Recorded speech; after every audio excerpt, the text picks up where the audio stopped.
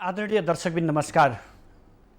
हामी लकडाउन प्रभावमा रहेर लामो समयदेखि लकडाउन र यसले समग्र देश र विश्वमा पारेको प्रभाव र यसको समग्र स्थानीय तहको भूमिका र त्यहाँको अवस्थाबारे जानकारी गराउँदै आएका थियौँ। तर आज भने छुट्टै विषय र वस्तुमा केन्द्रित भएर हामी उपस्थित भइसकेका छौँ। आजको मूल विषय भनेको एकल महिला तथा अपाङ्गता भएका व्यक्तिहरूलाई जसरी सरकारले सामाजिक सुरक्षा भत्ता नदिने भनेर निर्णय गरेको छ गृहले, यो विषय र प्रसङ्गमा केन्द्रित रहेर आज हामी यावत यसका कठिनाइहरू के हुन सक्छन्, अब किन भत्ता काटिँदैछ, यसले समग्र उहाँहरूको अवस्था, जो एकल महिला हुनुहुन्छ, अपाङ्गता भएका व्यक्तिहरू हुनुहुन्छ, उहाँको समग्र जीवनको अवस्था के होला, यिनै विषय र परिवेशमा आधारित रहेर हामी विभिन्न व्यक्तिहरूसँग जोडिएर कुराकानी गर्नेछौँ। पक्कै पनि गृह मन्त्रालयले एउटा सूचना जारी गर्दै अब 60 वर्षभन्दा कम उमेरका एकल महिलाहरूलाई यो सुरक्षा, सामाजिक सुरक्षा भत्ता प्रदान गर्न नसकिने भनेर गृहको एउटा सूचना आएको छ, जसमा उल्लेख गरिएको छ नेपाल सरकारले न्यून आयको मापदण्ड नतकुन्जेल 60 वर्ष मुनिका विधवा महिलाले सामाजिक सुरक्षा भत्ता प्राप्त नगर्ने भनेर आएको छ भने, त्यस्तै गरी अर्को बुदामा राखिएको छ नीलो कार्ड भएका अति अशक्त अपाङ्गले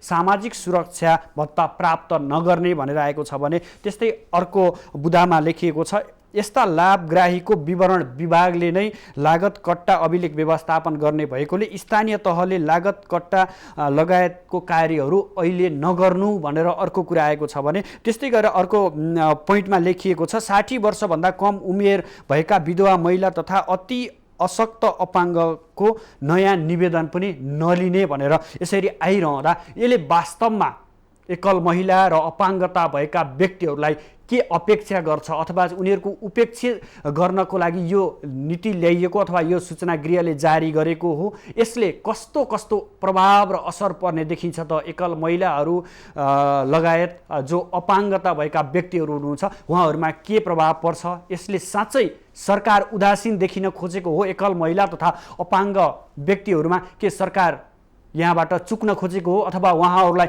राज्यको मूलधारबाट वञ्चित गराउन खोजेको हो, कि उहाँहरूको जीवन सहज बनाउँदै केही न केही भूमिकामा सहज हुँदै आएको जीवनलाई थप कठिनाइ बनाउन खोजेको हो त भन्ने विषय र प्रसङ्गमा आधारित रहेर यस सम्बन्धी जानकार व्यक्तिहरूसँग आज हामी कुराकानी गर्ने प्रयास गर्नेछौँ। पक्कै पनि लामो समयदेखि जसरी 2052 सालदेखि सामाजिक सुरक्षा भत्ता प्रदान गर्न थालिएको हो, त्यतिखेर मनमोहन अधिकारी प्रधानमन्त्री हुनुहुन्थ्यो जतिखेर सामाजिक सुरक्षा प्रदान गर्ने भनेर त्यो सुरक्षा भत्ताको व्यवस्था गरिएको थियो र निरन्तर रूपमा विभिन्न शीर्षकहरू, विभिन्न तहहरू छुट्याउँदै सामाजिक सुरक्षाहरू भत्ताहरू प्रदान गर्दै आइरहेको थियो। यद्यपि अहिले पछिल्लो हिजो मात्रै एउटा गृहको सूचना आएको छ, जसमा चाहिँ अब नेपाल सरकारको न्यून आयको मापदण्ड नतकुन्जेल सम्मका लागि 60 वर्ष मुनिका विधवा महिलाले सामाजिक सुरक्षा भत्ता नपाउने भनेर आएको छ भने, त्यस्तै गरी नीलो कार्ड भएका अति अपाङ्गले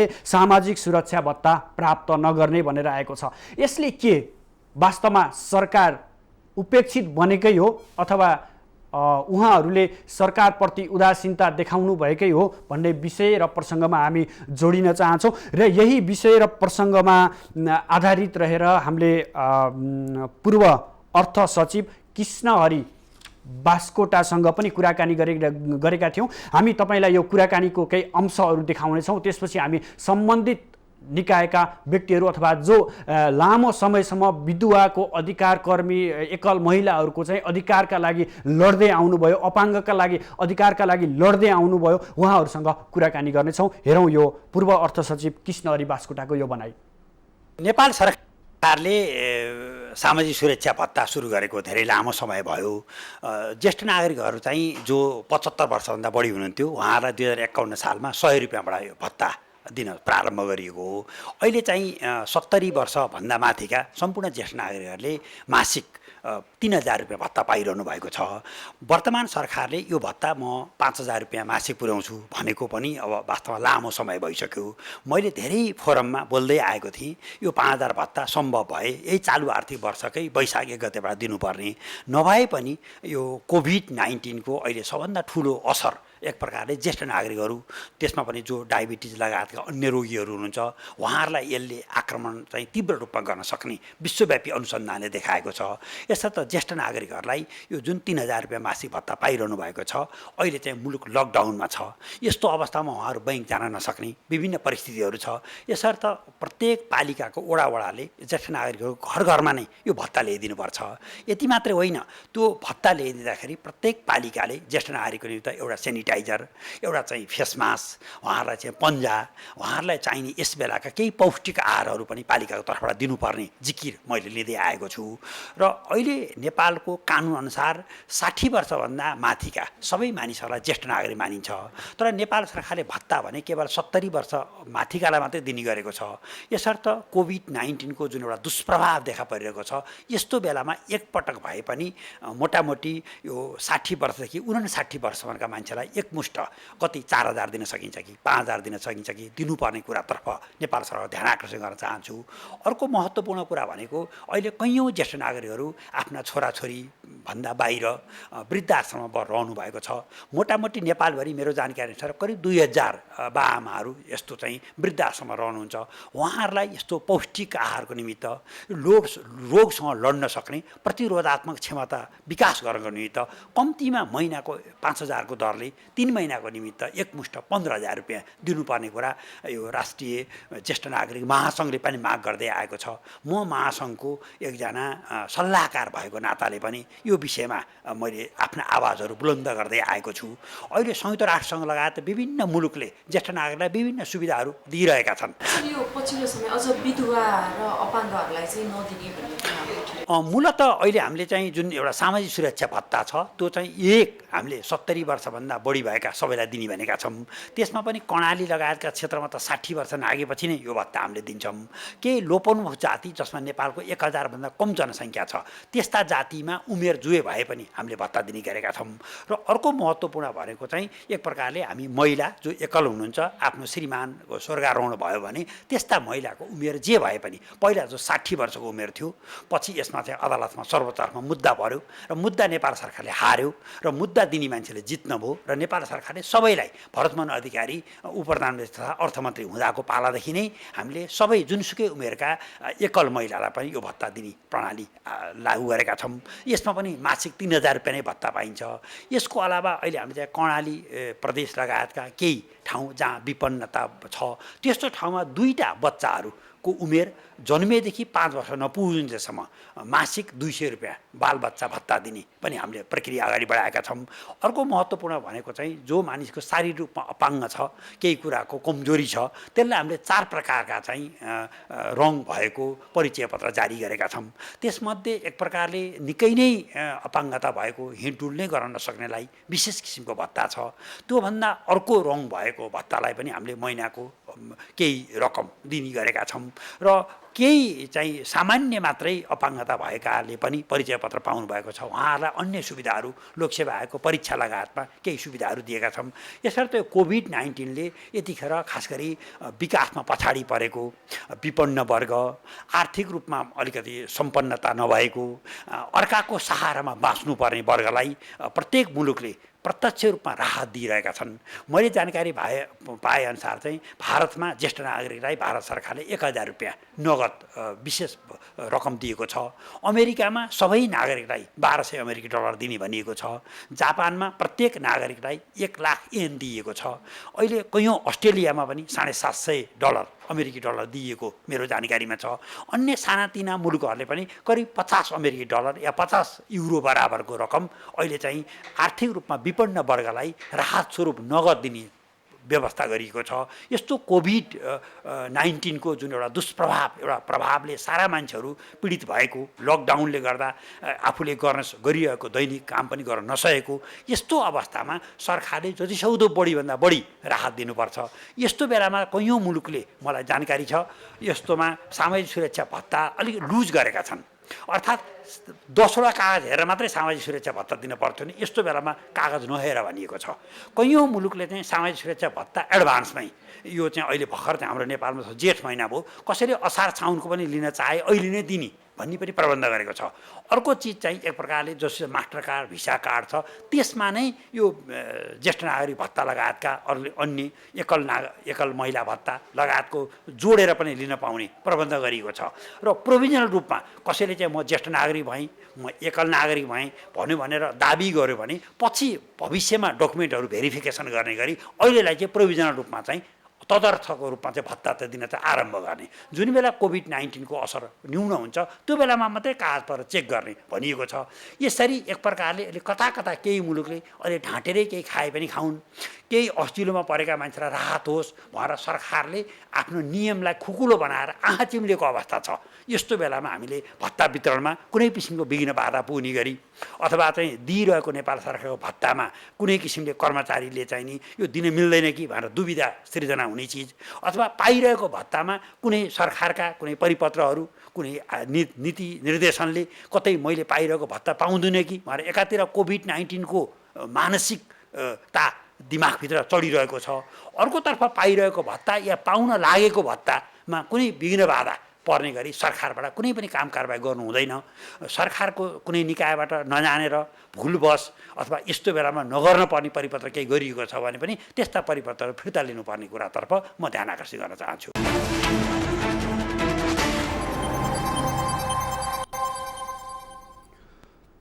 पक्कै पनि दर्शकबिन जसरी पूर्व अर्थ सचिव रामहरि बास्कोटाले बताउनु भयो, पक्कै पनि नेपालमा जसरी 2052 सालमा मनमोहनको सरकार आउँदाखेरि एकल महिला, वृद्ध, विधवा भत्ताहरू भनेर विभिन्न शीर्षकमा यो सुरक्षा भत्ता, सामाजिक सुरक्षा भत्ता प्रदान गरिएको थियो। यद्यपि हिजो मात्र गृह मन्त्रालयले एउटा सूचना निकालेर नेपाल सरकारले न्यून आएको मापदण्ड नतकुन्जेलको लागि 60 वर्षभन्दा मुनिका विधवा महिलाहरूलाई सामाजिक सुरक्षा भत्ता प्रदान नगर्ने भनेर चाहिँ सूचना निकालेको छ। त्यो सँगसँगै नीलो कार्ड भएका अति अशक्त अपाङ्गले सामाजिक सुरक्षा भत्ता प्राप्त नगर्ने भनेर आइरहेको समयमा अब यसको भूमिका के हुन सक्छ? किन यसरी जो अपाङ्गता व्यक्तिहरू, एकल महिलाहरू हुनुहुन्छ उहाँहरूको भत्ता काटिँदा उहाँहरूलाई समग्र प्रभाव कस्तो पर्न सक्छ?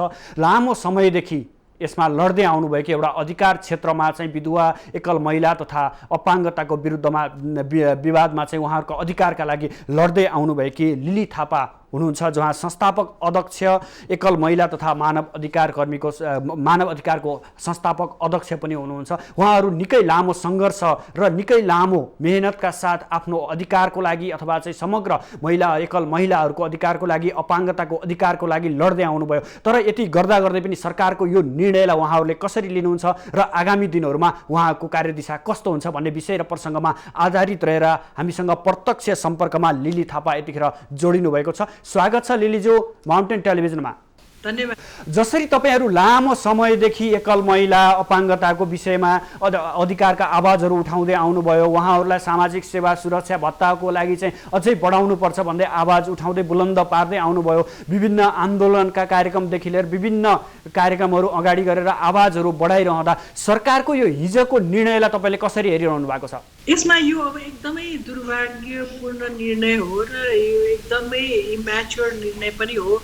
यो निर्णय चाहिँ खासमा अहिले मात्र होइन, 2076मा भएको रहेछ। अब हामीलाई त्यो थाहा थिएन त्यति बेला, जुन बेला चाहिँ सरकारले फेरि 60, तपाईँलाई थाहा छ 66 सालमा चाहिँ हामीले त्यति बेला सम्माननीय सर्वोच्च अदालतबाट हामीले त्यो जारी गराएको थियो कि उमेरको हदबन्दी हटाउने मुद्दा हामीले जितेको थियौँ।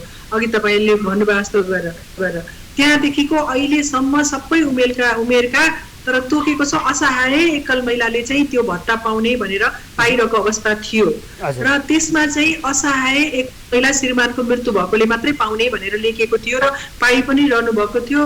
त्यसमा दोहोरो सुविधा भएको, कर तिरेको, घर भएको, जागिर भएको त्यस्तोले चाहिँ पाएकै अवस्था थिएन। भनेपछि एकदमै विपन्न परिवारको र असहाय एकल महिलाले मात्र त्यो प्राप्त गरिरहेको अवस्था थियो। र अहिले 76 मा चाहिँ नि एउटा नियमावली निस्केछ, त्यसमा चाहिँ 60 वर्ष माथिकोलाई मात्रै दिने भन्ने खालको निर्णय भएको कुरा हामीलाई जानकारीमा छैन। यसमा सरकारवालासँग संलग्न त्यो डिस्कस केही पनि भएको छैन। अब 81 हिजो के भयो भने 15 दिन अगाडि चाहिँ त्यसैलाई आधार मानेर अब चाहिँ हरेक पालिकामा अब चाहिँ 60 वर्ष माथिकोलाई एकल महिलालाई भत्ता नदिनु, 60 वर्ष माथिकोलाई मात्रै भत्ताको लागत सङ्कलन गर्नु भन्ने एउटा निर्देशन चाहिँ परिपत्र जारी भएको रहेछ पञ्चाधिकारीबाट गृह मन्त्रालयको। त्यसपछि चाहिँ 60 वर्ष माथिको मात्रै डाटा सङ्कलन भइरहेछ। अब त्यसमा गएर गृह मन्त्रालयमा गएर त्यो सम्बन्धित निकायको व्यक्तिहरूसँग बुझ्दाखेरि उहाँहरूले के भन्नुभयो भने 60 वर्ष माथिको एकल महिलालाई चाहिँ दिने, 60 वर्ष मुनिको चाहिँ असहाय विपन्न भन्ने जुन शब्द छ त्यसलाई चाहिँ नि वर्गीकरण गर्नको लागि नीति नियममा ल्याउनको लागि चाहिँ हामीले सुझाव मागेको छौँ कानुन मन्त्रालय र अर्थ मन्त्रालयसँग। अब त्यो सुझाव चाहिँ कानुन मन्त्रालय र अर्थ मन्त्रालयबाट सुझाव आएपछि उहाँहरूले त्यो सुझावलाई चाहिँ फेरि उता संसदमा लानुहुन्छ र संसदको अधिवेशनबाट त्यसलाई पारित गर्नुपर्ने अवस्था रहेछ। किनभने त्यति बेला यो मात्र सुझाव होइन, त्यहाँ अर्को 25 वटा नीति नियमलाई पनि एमेन्ड गर्ने कुराहरू पनि लाँदाखेरि यो पनि सँगै गयो। तर हामीलाई चाहिँ दुःख लागेको कुरा के भने त्यो गएपछि चाहिँ अहिले चाहिँ पुरानो 75 सालको नीति नियमबाट जारी गर्नु भनेपछि पालिकाहरूले चाहिँ 75 सालको नियम भनेपछि 60 वर्ष माथिको भयो। त्यसपछि उनीहरूले चाहिँ 60 वर्ष मुनिकोलाई बाँड्यो भने चाहिँ त्यो चाहिँ बेरुजुमा जाने डर हुँदो रहेछ। भनेपछि बेरुजुमा जानुभन्दा बरु अहिले लगतै कट्टा गर्ने भनेर पालिकाहरूले 60 वर्ष माथिको मात्रै लगत सङ्कलन गरेको अवस्था छ। अब यसमा एउटा कुरा के छ भने एउटा चाहिँ त त्यहाँ कानुन मन्त्रालय र अर्थ मन्त्रालयबाट सुझाव आउनलाई नै 2-4 महिना लाग्ने भयो। अर्को कुरा चाहिँ त्यो सुझाव आइसकेपछिको अधिवेशनमा पठाउने भने अब चाहिँ यो बजेट पछिको बजेट पारित गर्ने एउटा बस्छ संसद अधिवेशन, त्यसमा भ्याउँदैन। त्यो नभ्याएपछि हिउँदे अधिवेशन हुन्छ कहिले हो 4-5 महिनापछि भन्दाखेरि यो अब सुझाव आएर त्यो हिउँदे अधिवेशनमा नि यो एजेन्डामा पर्छ कि पर्दैन हामीलाई थाहा भएन। गर्दाखेरि 8-9 महिना नै एकल महिलाहरूले भत्ताबाट वञ्चित हुनुपर्ने अवस्था भएको हुनाले पनि एकदमै दुःख लाग्दो। र अहिले कोरोनाले गर्दाखेरि अति विपन्न वर्गलाई यसै पनि गाह्रो भएको अवस्थामा यो आइरहेको 2000 पनि काट्नु भनेको यो अति नै फेरि यहाँ अहिले अब मलाई सही तथ्याङ्क चाहिँ थाहा छैन, तर हिजो गृह मन्त्रालयबाट यतिकै ऱ्यान्डमली लिँदाखेरि 2,50,000 3,50,000 एकल महिला छुट्ने र 70,000 चाहिँ अपाङ्गहरू छुट्ने रहेछ यो अहिलेको जस्तो लिलीजी 3,50,000 जस्तो तपाईहरूलाई अघिल्लो साल अथवा 76-77 को बजेटमा जसरी अर्थमन्त्री युवराज खतिवडाले 1,000 बढाएर रकम आएको थियो, एकैचोटि यस्तो निर्णय गर्नु अथवा यस्ता किसिमका निर्णयहरू आउनुलाई चाहिँ राज्यले तपाईहरू अपेक्षा गर्न खोजेको भन्ने अर्थ लाग्दैन? यस्तो अब गृह मन्त्रालयले पनि नराम्रो इन्टेन्सनले ल्याएको होइन, उहाँहरूले आफ्नो काम गर्नुभयो, ड्युटी असहाय र विपन्नको वर्गीकरण गर्न खोज्नु भयो अरे। अब यसै पनि एकल महिला असहायले पाएको हो कि विपन्न वर्ग नै हो नि त एकल महिला। डाटा तपाईहरूले 2011 को सेन्ससको डाटा हेर्नुभयो भने पनि 86% निरक्षर हो भनेर आएको छ तथ्याङ्कले पनि। ती 35 वर्ष मुनिको 67% एकल महिला भनेर तथ्याङ्कले देखाएको छ नेपाल सरकारको। भनेपछि त्यो निरक्षर एकल महिला 35 वर्ष मुनिको एकल महिला त्यसै पनि असहाय हो, त्यही वर्गले मात्र पाइरहेको थियो। त्यसरी 76 मा जुन एउटा जारी भयो त्यसको विषयमा हामीलाई थाहै भएन। अनि त्यो गर्दाखेरि सरकारवालासँग जो उहाँले चाहिँ नि सरसल्लाह गर्नु पर्थ्यो त्यो पनि भएन। 81 यो निर्णय आएर अब लगत कट्टा गर्नु भन्ने निर्णय जानु भनेको एकदमै दुःख लाग्दो। अब हिजो गएर गृह मन्त्रालयमा मिटिङ गरेर बसेपछि चाहिँ मलाई लाग्छ उहाँहरूले वेबसाइटमा नै राखेर त्यो वेबसाइटबाट निकालेको जस्तो लाग्यो। वेबसाइटमा पाएन हामीले, तर हामीले वेबसाइटको फोटो खिचेर लिइसकेका थियौँ र मैले अहिले सबैतिर सेयर पनि गरिसकेँ। र अहिले धेरै गाउँपालिकाहरूमा जुन चिठी गएको छ गृहबाट त्यो चिठीहरू पनि हामीले कलेक्ट गरेर हामीले राखिसक्यौँ। जुन एउटा सर्कुलर जारी भएको छ त्यो पनि हामीसँग छ। त्यसैले पनि गृहले एउटा होमवर्कै नगरिकन रङ टाइममा उहाँहरूको राम्रो इन्टेन्सनै भए तापनि यो रङ टाइममा यस्तो खालको नीति ऐन संशोधन भनेर लानु भनेको एकदम गलत भयो। यसलाई तुरुन्तै नै यो एउटा विषयलाई चाहिँ तुरुन्तै नै अर्को निर्णय जारी गर्नु पर्यो कि अध्यादेशै गरेर भए पनि यो ल्याउनु पर्यो। हजुर, तपाईँले हिजो गृह मन्त्रालयको छलफलमा पनि हामी सहभागी भयौँ भन्नुभयो। अब उहाँहरूले कहिलेदेखिको नपाउने हो त, कहिलेसम्म पाउनुहुन्छ र कहिलेदेखि अब यताको रकम नपाउने हो? यही चैतसम्म पाएको, अब वैशाखदेखि पाउनुहुन्न, कसैले पनि पाउनु हुँदैन। हजुर, चैतदेखिको पाउनु भन्दा अब आगामी वैशाखदेखि यताको भत्ता चाहिँ उहाँहरूले पाउनु भएन। चौमासिकदेखिकै नदिने भनेको छ। भनेपछि अहिले चैत होइन, फागुनसम्म पाएको, चैत वैशाख जेठ असारको पनि नपाउने, फेरि अर्को साउनदेखि पनि नपाउने भनेपछि यो 4 महिनाको त नाम गइसकेका थियो। सबैले कतिले फेरि नथापाएर कतिले लिइ पनि सकेका रहेछ, तर धेरैले ल्याएको छैन भनेपछि यो 4 महिनाको चौमासिकको पनि नपाउने, फेरि अब असारदेखिको यो बजेट पछिको जुन बाँड्ने छ त्यसको लागि त नामै कलेक्ट भएन भन्दाखेरि 8 महिना नै उनीहरू छुट्ने भयो यदि दियो पछि भने पनि। जस्तो तपाईँहरूले यत्रो लामो सङ्घर्ष गरेर एउटा स्थापित गर्नुभएको थियो, तपाईँहरू चाहिँ एकल महिला अपाङ्गको हकितको लागि चाहिँ लामो समयदेखि सङ्घर्ष गरिरहनु भएको छ उहाँहरूको हकितको लागि। तपाईँहरूको यो सबै कुराहरू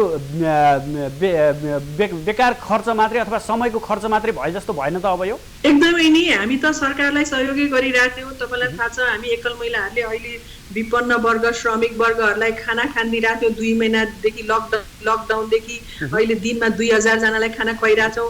आफ्नो आफ्नो छारी भवनहरू सबैले क्वारेन्टाइनलाई दिएको छ। काठमाडौँदेखि सुर्खेत हाम्रो सबै आफ्नै भवन छ, त्यो भवनहरू सबै सरकारलाई सहयोग भनेर क्वारेन्टाइनलाई दिइरहेछ। अहिले हामी श्रमिकहरू एकल महिलाहरू अरू वर्गहरूलाई कसरी सहयोग गर्ने भनेर अहिले कोही घरबाट ननिस्केको बेलामा हाम्रा समूहहरू सब घरमा छन्। सब सुत्केरीलाई रेस्क्यु गर्नेदेखि लिएर बिरामीलाई पुर्याउनेदेखि लिएर हिंसाका पीडित महिलाहरूलाई सहयोग गर्नेदेखि हामी यसरी हाम फालेर काम गरिरहेको आमा। अब हामीलाई टेन्सन फेरि आउनु, हाम्रा दिदीबहिनीहरू एकदमै जिल्लामा तपाईँलाई थाहा छ हामी 1.5-2 लाखको सङ्गठन छौँ, सङ्गठित भएको छौँ। अहिले 1-2 लाख दिदीबहिनीहरूलाई मलाई धान्न गाह्रो छ। उहाँहरू हामी सडकमा आउने हो कि कहाँ जाने हो, हामी सिडिओ कार्यालय घेर्ने हो कि जिल्लामा भने उहाँहरूलाई मैले एकदम थामथुम गरिरहेको छु। अहिले नकराउनुहोस्, हामी बैठक गरिरहेको छु, यसको निर्णय तुरुन्तै खारेज गर्न भनेर मैले बिहान धेरैजना सांसदज्यूहरूसँग नि कुरा गरेँ। अब यो चाहिँ नि के हुनु पर्यो भने एउटा चाहिँ नि अब भित्रबाट जुन सांसदज्यूहरू हुनुहुन्छ, महिला सांसद हुनुहुन्छ, पुरुष सांसदज्यू हुन्छ, उहाँहरूले चाहिँ यसलाई चाहिँ अलिकति सिरियसली लिँदेर ल यो चाहिँ नि अब पर्सिकै हाम्रो यो बजेटकै अधिवेशनमा यो विषय लिएर हामी पारित गर्छौँ भनेर उहाँहरूले अलिकति तातो लाएर गरिदिनु भयो भने कुनै पनि महिलाहरू छुट्दैनन् होइन। अब उहाँहरूको बोली पनि कति सुनिन्छ सुनिँदैन होइन। अब यो सुन्दा महिला मन्त्रालयमा पनि यो बारेमा छलफल नभएको भन्ने अलिअलि बारे पनि सरकारवालासँग सम्झाउन 81 हो, त्यसको ल्याउँदा चाहिँ नि नराम्रो भएको। हजुर, अब तपाईँहरू कसरी अगाडि बढ्नुहुन्छ? अहिले त कोरोना सङ्क्रमण छ, अब कोरोनाले आक्रान्त भइरहेको समयमा तपाईँहरूको अब योजना के हुन्छ, कसरी अगाडि बढ्दै हुनुहुन्छ? हामी लिली थापा संस्थापक अध्यक्ष एकल महिला तथा मानव अधिकारको क्षेत्रमा काम गरिरहनु भएको छ, उहाँसँग हामी पुनः जोडिने प्रयास गरिरहेका छौँ।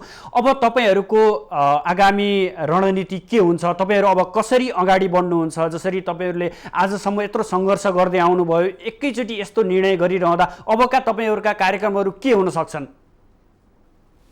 अब चाहिँ हामीले अहिले म खासमा अफिसमा बसेर हामी स्टेटमेन्टहरू तयार पारिरहेछौँ। यो गृह मन्त्रालयको अनि धेरै पालिकाहरूमा आएको त्यो चिठीहरू हामी कलेक्ट गरिरहेछौँ र भोलि चाहिँ हामी एउटा स्टेटमेन्ट परिपत्र गरेर यो चाहिँ अब सम्बन्धित निकायहरूका बुझाउने गर्ने भनेर हामी त्यसको लागि तयारी छौँ।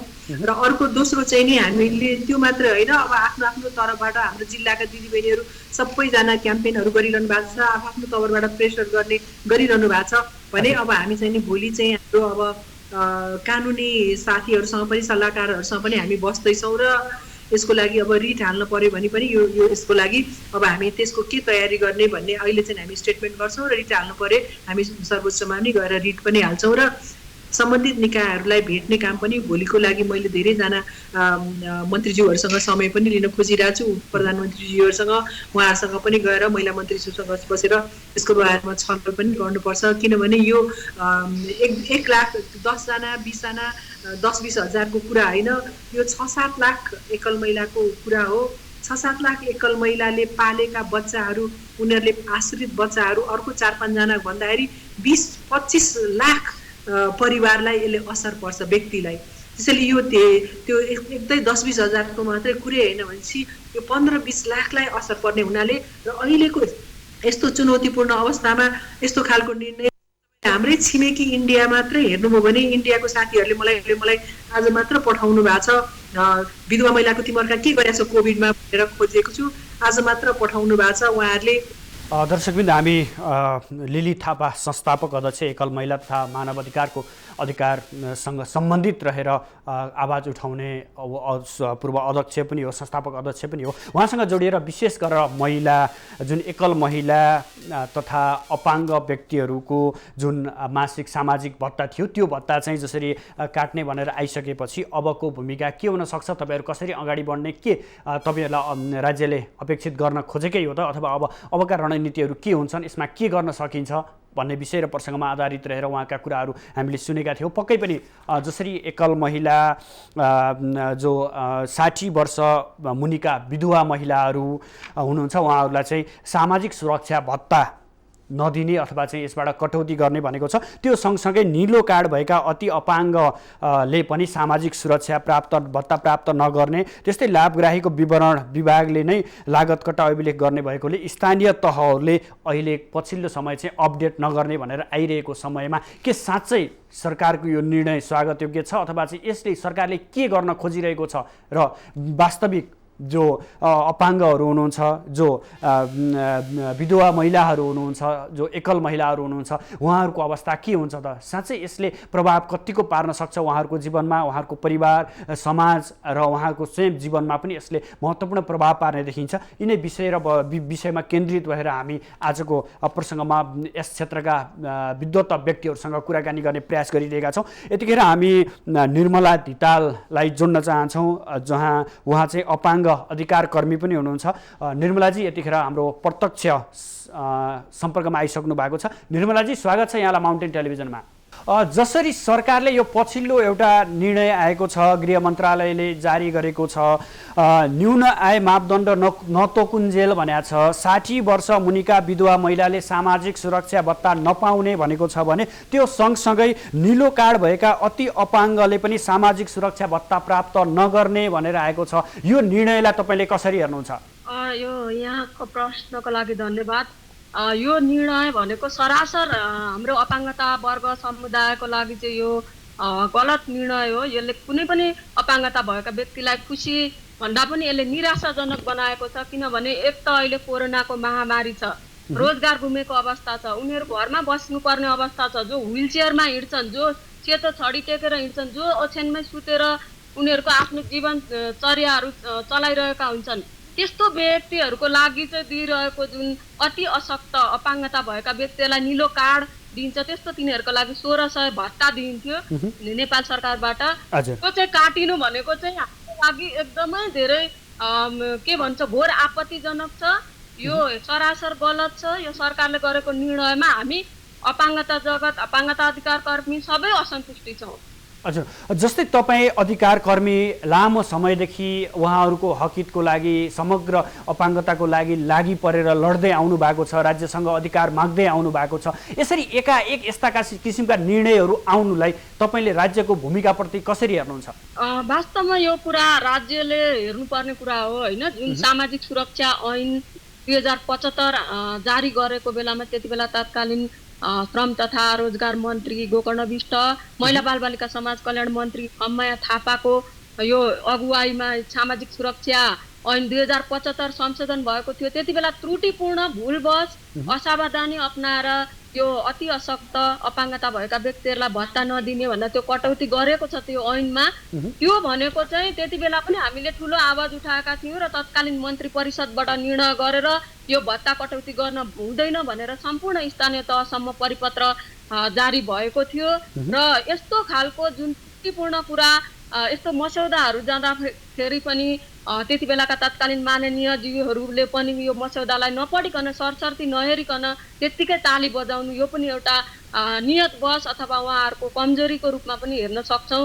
र जुन सरकारले व्यक्ति अहिलेसम्म यत्र सरकारले चाहिँ जुन पेन्सनधारीहरू छन् जुन ठुल्ठुला ओहदामा बसेका नेताहरू छन् त्यस्ता पूर्व व्यक्तित्वहरूलाई चाहिँ जुन भत्ताहरू दिन्छ पेन्सनहरू दिन्छन् ठुल्ठुला महँगा गाडीहरू दिने उनीहरूलाई ठुल्ठुलो घर भाडाहरू तिर्दिने त्यस्तो खालको यति धेरै सरकारले गरिरहेको छ तर एउटा अपाङ्गता भएका व्यक्तिलाई दिने एउटा सानो भत्ता 1600 भत्ता काट्नु भनेको चाहिँ यो चाहिँ सरकारको एकदमै नालायकपन हो के भन्छ असावधानी अपनाएको हो यसलाई चाहिँ कुनै पनि एउटा अपाङ्गता जो कोही पनि हुनसक्छ भोलि आफू अपाङ्गता भइसकेपछि त्यो थाहा हुने कुरा हो र कति गाह्रो हुन्छ एउटा अपाङ्गता भएका व्यक्तिलाई त्यसमा पनि अहिले कोरोनाको महामारी यस्तो अवस्थामा यो भत्ता काटिनु भनेको चाहिँ यो सरकारको सरासर गलत हो यसमा हामी अपाङ्गता जगत एकदमै धेरै आक्रोशित भएका छौँ भोलि हामी सिंहदरबार घेर्न आउनुपर्ने अवस्था हुन्छ किनभने 50-60 हजारको हाराहारीमा त्यति सङ्ख्यामा चाहिँ अपाङ्गता भएका व्यक्तिहरूले यो भत्ता गुमाउँदै हुनुहुन्छ भने हामी चुप लागेर बस्न सक्ने अवस्था हुन्छ एकदम माहौल आक्रोशित भइसकेको छ हामीले यो सुन्ने बित्तिकै हामीले धेरै फेसबुक स्ट्याटसहरू देखेका छौँ लेखेका छौँ यसले गर्दाखेरि हामी यो यतिकै छोड्नेवाला छैनौँ र भोलिको दिनमा यो स्थिति के हुन्छ भन्ने कुरा चाहिँ सरकारले पनि सोचनीय हुन्छ र आगामी दिनमा यो फेरि पनि यो ऐनमा भएको त्रुटि हो यसलाई चाहिँ सच्याउनु पर्छ भुलवश भएको कुरालाई भोलि मन्त्री परिषदले अहिले तत्कालीन निर्मलाजी जसरी तपाईहरू लामो समयदेखि यही अधिकारको पक्षमा लड्दै आउनुभयो अब यसरी राज्यले उपेक्षा गरेर जो अब अपाङ्गताकै विषयमा प्रसङ्गमा जानियो भने केही सीमित औँलामा गन्न सक्ने व्यक्तिहरू जो अपाङ्गता हुनुहुन्छ उहाँहरू मात्रै आफ्नो आत्मनिर्भर हुनुहुन्छ त्यो बाहेक सबै व्यक्तिहरू परनिर्भर भएको अवस्थामा यसरी एकाएक यस्ता किसिमका निर्णय गर्नुले समग्र उहाँहरूको मनस्थितिमा कस्तो असर पर्ला उहाँहरूको मनोबल अब पक्कै पनि गिरेको अवस्था छ यसलाई थप मजबुत बनाउन यसलाई उठाउन तपाईहरू राज्यसँग कसरी अगाडि बढ्ने योजनामा हुनुहुन्छ अब यो पक्कै पनि यहाँले भने जस्तै उहाँहरूको मनोबल गिरेको छ उहाँहरू अहिले कोरोनाको महामारीमा एकातिर मनोसामाजिक समस्याहरू आइरहेको अवस्थामा खाना नपाएर आफ्नो स्याहार सुसार गर्न साथी नभएर सहयोगी नभएर उनीहरू एक्लै जीवन बाँच्नुपर्ने अवस्था छ होइन यस्तो अवस्थामा अब हामीले हाम्रो चाल्ने प्रयास भनेको सुरुवातमा हामीले पुनः यो ऐन जे जस्तो भए तापनि अहिलेको निर्णयलाई चाहिँ उल्टाउनु पर्यो जुन स्थानीय तहसम्म नै गइसकेको छ यो निर्णयहरू जुन भत्ता कटाउने भनेको निर्णयलाई चाहिँ यो निर्देशिका स्थानीय तहलाई पठाएको निर्देशिका चाहिँ खारेज गर्नु पर्यो त्यस्तै गरेर यो अस्थायी रूपमा भए पनि अहिले मन्त्री परिषदले तुरुन्त निर्णय गरेर यो भत्ता कटौती गर्न पाइँदैन किनभने यस्ता समुदाय जो चाहिँ सीमान्तकृत वर्ग त्यस्तो अपाङ्गता भएको व्यक्तिहरूलाई दिने भत्ता काट्नु भनेको चाहिँ एउटा यो घोर आपत्तिजनक कुरा हो नालायक कुरा हो यो भन्ने कुरा चाहिँ हामीले यो नेपाल सरकारलाई चाहिँ यो ध्यानाकर्षण पनि आज राष्ट्रिय अपाङ्ग महासङ्घबाट पनि ध्यानाकर्षण पत्र गइसकेको छ भन्ने कुरा मलाई जानकारी आएको छ र स्थायी समाधान ल्याउनको लागि चाहिँ आगामी दिनमा तुरुन्तै यो सामाजिक सुरक्षा ऐन 2075 लाई चाहिँ संशोधन गरेर अपाङ्गता भएका व्यक्तिलाई दिने भत्ता कटौती गर्नु हुँदैन भन्ने हाम्रो मुख्य माग रहेको छ यति गर्दा पनि हामीले यो हाम्रो माग पूरा गर्न सकेनौँ भने हाम्रो अन्तिम उपाय अन्तिम बिन्दु भनेको हाम्रो आन्दोलन हो हामी सिंहदरबार घेर्न आउनु नपरोस् होइन अपाङ्गता भएका तमाम 30 लाखको हाराहारीमा भएका अपाङ्गता भएका व्यक्तिहरू सिंहदरबार घेर्न आउनुपर्ने अवस्था आयो भनेदेखि भोलि चाहिँ फेरि अर्कै परिणाम चाहिँ आउन सक्छ भन्ने चाहिँ मलाई लाग्छ र नेपाल सरकारले यो हाम्रो कुरालाई चाहिँ पक्कै पनि यो त्रुटिवश भएको हो भुलवश भएको हो भनेर हामी अहिलेसम्म चुप लागेका छौँ र अब हामी चुप लाग्नेवाला छैनौँ भन्ने चाहिँ मलाई यो हाम्रो समग्र अपाङ्गता अधिकार कर्मीको नाताले जुन यहाँले मौका दिनुभयो त्यसको लागि धन्यवाद दिन चाहन्छु। हजुर जस्तो तपाईँले यो विषय उठाइरहँदा पछिल्लो तपाईँसँगको अपडेट अनुसार नेपालमा कतिजना हुनुहुन्छ जो निलो कार्ड भएका अति अशक्त अपाङ्गहरू हुनुहुन्छ? अब हाम्रो साँच्चीकै नेपालमा भन्यो भने साँचो रूपमा तथ्याङ्क पाउन सक्दैन यहाँलाई थाहा भएकै कुरा हो र हामीले अहिले सुन्नमा आए अनुसार 50 देखि 60 हजारको हाराहारीमा यो निलो कार्ड भएको अपाङ्गता भएको व्यक्ति हुनुहुन्छ जसले चाहिँ नियमित रूपमा सामाजिक सुरक्षा भत्ता अहिले 1600 भएको छ यो लिँदै आउनु भएको छ र समग्रको सङ्ख्या भन्नुहुन्छ भने मैले भनिसकेँ 30 लाखको हाराहारीमा हामी अपाङ्गता भएका व्यक्तिहरू छौँ। हजुर अब जस्तो अब यही हजुर, अपाङ्गता भएका व्यक्तिहरूले विशेष गरेर यो जुन सामाजिक सुरक्षा भत्ता थियो त्यसबाटै एउटा एक किसिमको पौष्टिक आहारहरू पनि त्यसबाटै खर्च गर्ने कुराहरू थियो। अब अन्य कुराहरू जस्तै अपाङ्गता भएका व्यक्तिहरूलाई सरकारले दिने व्हिल चेयरदेखि लिएर अन्य कुराहरू पनि हुन्छ। त्यो कुराहरू र औषधिको कुराहरूमा सरकार केही हदसम्म लचिलो भइरहेको थियो पछिल्लो केही वर्ष यता। जसरी अब तपाईँहरूले सङ्घर्ष गर्दै आउनुभयो, यसरी सङ्घर्ष गर्दै अगाडि बढ्दै गरिरहेको बेलामा चाहिँ यस्ता किसिमका निर्णय हुनुलाई र राज्यले यस्ता किसिमको प्रक्रियाहरू अथवा यस्ता किसिमका निर्णयहरूलाई सार्वजनिक गर्दै गर्दा अब मानसिक रूपमा केही न केही अप्ठ्यारो अवस्था सिर्जना भइरहेको छ। जसरी अहिले पछिल्लो समय कोरोना सङ्क्रमितको भयले पनि तपाईँहरू बाहिर निस्किन अथवा यो अधिकारको कुराहरू सम्बन्धित ठाउँमा पुर्याउन पनि अप्ठ्यारो भइरहेका बेलामा चाहिँ उहाँहरूलाई के भनेर सान्त्वना दिइरहनु भएको छ, के सुझाव दिइरहनु भएको छ जो अपाङ्ग भएका व्यक्तिहरू हुनुहुन्छ?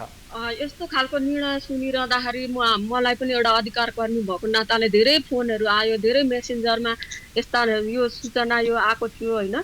र अब अहिले त तपाईँले भनेअनुसार साँच्चीकै भन्यो भने यो भत्ताको कुरा एकातिर छ, अर्कोतिर अपाङ्गता भएका व्यक्तिहरूले यिनीहरूले औषधिहरू प्रयोग नगरिकन नियमित उनीहरूको जीवन चल्दैन। स्पाइनल कर्ड इन्जुरी भएको व्यक्तिले एउटा CIC पाइप, एउटा क्याथेटर्स होइन, उनीहरूलाई त्यो युरिन ब्याग भन्छ त्यो र अनि उनीहरूले प्रयोग गर्ने नियमित औषधिहरू नपाएको अवस्था एकातिर छ। अर्कोतिर हेमोफिलिया अपाङ्गता भएको व्यक्तिहरूको लागि एक्स फ्याक्टर भन्छ, यो रगतमा पाउने किसिमको फ्याक्टर हो। यो फ्याक्टर नपाएर अहिले विदेशमा मात्रै पाउँछ र अहिले हामीले नेपाल सरकारलाई यो फ्याक्टर मगाउनको लागि धेरै अगाडिदेखि प्रयास पनि गरिरहेका छौँ, तर अब अहिलेसम्म आएको छैन र जुन औषधि नपाएर उनीहरू मर्नुपर्ने अवस्था छ एकातिर। अर्कोतिर थप अपाङ्गतामाथि पनि मनोसामाजिक अपाङ्गता भएका व्यक्तिहरूलाई थप मनोसामाजिक अपाङ्गता र समग्र अपाङ्गतालाई मनोसामाजिक अपाङ्गता थपिने एकदमै हामीले यो कुरा चाहिँ अहिले हामीले पनि भइरहेछ। कोरोनाको महामारीले मान्छेहरूलाई एक किसिमको डर त्रास होइन भइरहेको अवस्थामा चाहिँ अब मैले आफूले एउटा अधिकार कर्मी भएको नाताले एउटा आवाजहरू उठाउने फेसबुकको माध्यमबाट, मिडियाको माध्यमबाट नेपाल सरकारको मन्त्री परिषदहरूसम्म नै सम्बन्धित निकायसम्म चाहिँ हाम्रो आवाजहरू पुर्याउनको लागि मैले सहयोग गरिरहेको छु। र हाम्रो समग्र इन्डिभिजुअलको कुरा गर्दा अपाङ्गता भएका व्यक्तिहरूलाई चाहिँ तपाईँहरू आत्तिनु पर्दैन, नआत्तिनु। यो पक्कै पनि सरकारको एउटा नियतवश गरेको कुरो होइन, यो भुलवश भएको कुरो हो। यो तुरुन्तै हामीले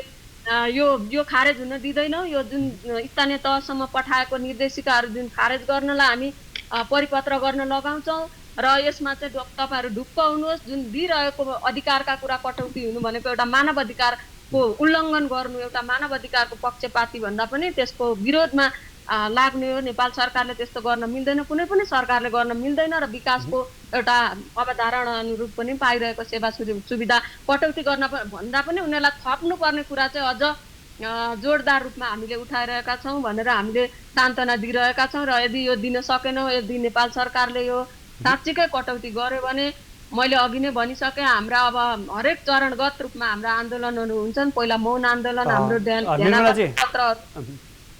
हुन्छ। निर्मला समग्रमा आफ्ना विचारहरू राखिदिनु भयो, यसको लागि धेरै धेरै धन्यवाद। यहाँले पनि मौका दिनुभयो, माउन्टेन टेलिभिजन लगायत सुदर्शनजी तपाईँले मौका दिनुभयो, त्यसको लागि एकदमै धेरै धन्यवाद दिन चाहन्छु।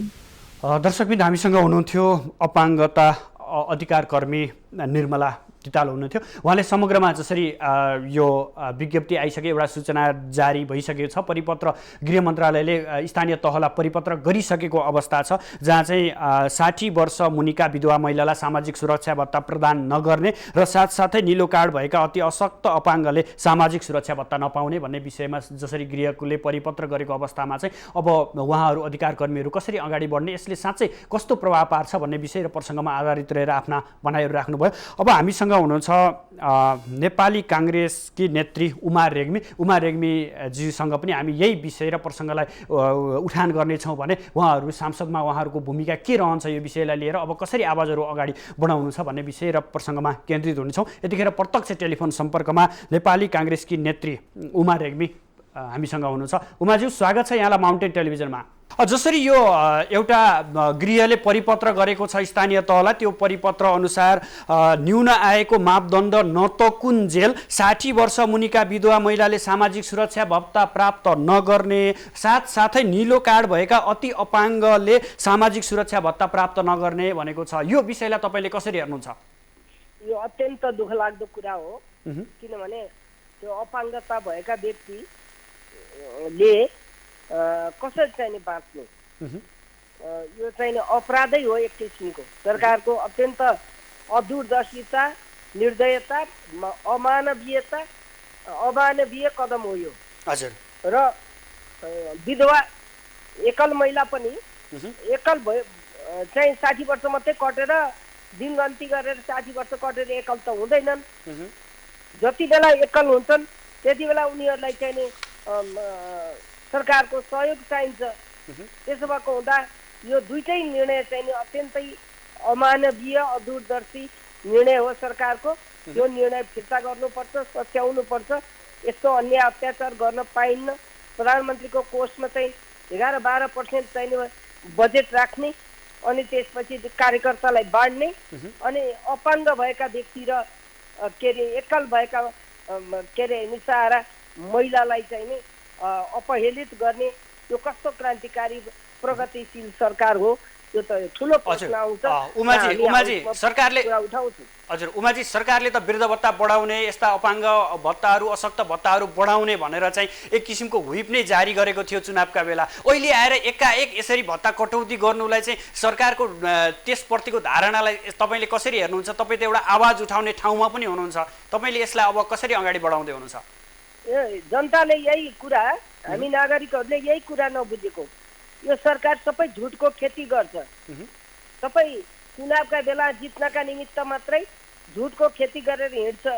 त्यो झुटलाई साँचो हो कि भनेर जनताले पत्याए। यो चाहिँ दुःख लाग्दो कुरा हो। सरकारको बोल्ने कुरा एउटा हुन्छ, गर्ने काम अर्को हुन्छ।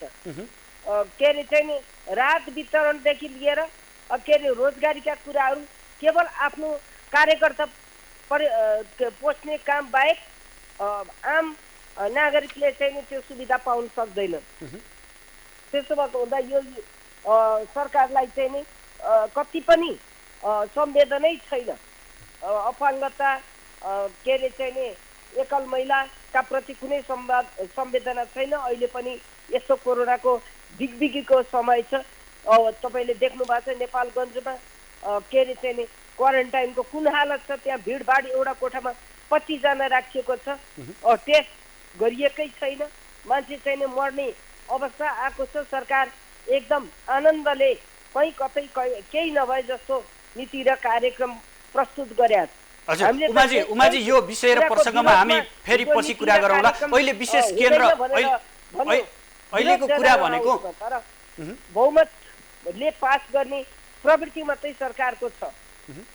हजुर, अब यो विषय र प्रसङ्गमा हामी पुनः पछि छलफल गरौँला। सुरुमा त जसरी यसरी भत्ताहरू काटिँदा, सामाजिक सुरक्षा भत्ता काटिँदा तपाईँ त एउटा आवाज उठाउने ठाउँमा हुनुहुन्छ। अब तपाईँको आवाज के हुन्छ? तपाईँ कसरी अगाडि बढ्दै हुनुहुन्छ? पक्कै पनि यो चाहिँ नि अपाङ्गता भएका व्यक्तिहरूको लाई भत्ता नदिने, एकल महिलालाई भत्ता नदिने, 60 वर्ष नपुगिकन भत्ता नदिने भन्ने अत्यन्त सरकारको गैर जिम्मेवार, कुनै किसिमको नागरिकका प्रति कुनै जिम्मेवारी नै नहुने किसिमको निर्णय छ। यसका प्रति हामी आवाज उठाउँछौँ, घोर चाहिँ विरोध गर्छौँ। तर अब मलाई के लाग्छ, सरकार सुन्दैन। कानमा तेल हालेर एउटा निर्णय गरेर जेसुकै हुन् जोसुकै मरुन् भनेर सरकारले यो कदम चाहिँ चालेको हो। फजुल खर्च कटाउनु छैन। यस्ता बेलामा चाहिँ नियुक्ति गर्नु छ। आफ्ना कार्यकर्तालाई भरण पोषण गरेर भर्खर सुकुम्बासी आएको चाहिँ बनाएको छ। खर्च कहीँ कतै कटौती गर्दैन। अपाङ्गमा गएर चाहिँ खर्च कटौती गर्ने, बेसहारा एकल महिलामा गएर खर्च कटौती के अरे भत्ता कटौती गर्ने, यो यसका विरुद्ध हामी सशक्त रूपमा नेपाल महिला सङ्घले पनि आवाज उठाउँछ। र नेपाल महिला सङ्घको अध्यक्षको हैसियतले, म एउटा नेपाली काङ्ग्रेसको सांसदको हैसियतले म हाउसमा चाहिँ एउटा महिला अधिकार कर्मी पनि म पनि हुँ। र के अरे हाउसमा जोरदार रूपमा चाहिँ हामी आवाज उठाउँछौँ। हुन्छ उमाजी, समय र संवादका लागि यहाँलाई धेरै धेरै धन्यवाद। हस्, धन्यवाद। दर्शकबिन हामीसँग हुनुहुन्थ्यो नेपाली काङ्ग्रेसकी नेत्री उमा रेग्मी, उहाँ महिला अधिकार कर्मी पनि हुनुहुन्छ। उहाँले पनि एउटा किसिमको एउटा जसरी अपाङ्गता अथवा एकल महिलाहरूको जसरी सामाजिक सुरक्षा भत्ता काटियो, यसलाई आफूहरूले सदन र सडकबाट सङ्घर्ष गर्ने र फेरि पुनः स्थापित गरेरै छान्ने भनेर आफ्ना भनाइहरू राख्नु भएको छ। यसै विषयमा हामीसँग सुरेन्द्र पाण्डे को हामी उहाँको विचार पनि राख्नेछौँ। विषय पनि छन्, जस्तो 5 वर्षभन्दा मुनिका दलितका 2टा केटाकेटीसम्मलाई त्यस बेला पैसा दिने, खास गरी पोषण भत्ता भएर मेरै समयमा सुरु गरेको कुरा हो। यो के अरे सबै यो एकल महिलाहरूलाई पनि पैसा दिने भएर सुरु गरेको। अब यसलाई यसले के गर्छ भने सामाजिक रूपले जो किसिमको अहिले गरिबीलाई चाहिँ के भनेदेखि सङ्कुचनमा ल्याउनको लागि त्यसले थोरै भए पनि जो राहत दिएको छ होइन, त्यो चिजमा चाहिँ प्रतिकूल अवस्था पार्न सक्छ। त्यसतर्फ सरकारले अहिले नै ध्यान दिनुपर्छ। यसको आलोचना र विरोध पनि ठुलै ढङ्गले हुनसक्छ। त्यसो भए त्यो हुन नदिने गरी नै काम गर्नुपर्छ भन्ने लाग्छ मलाई।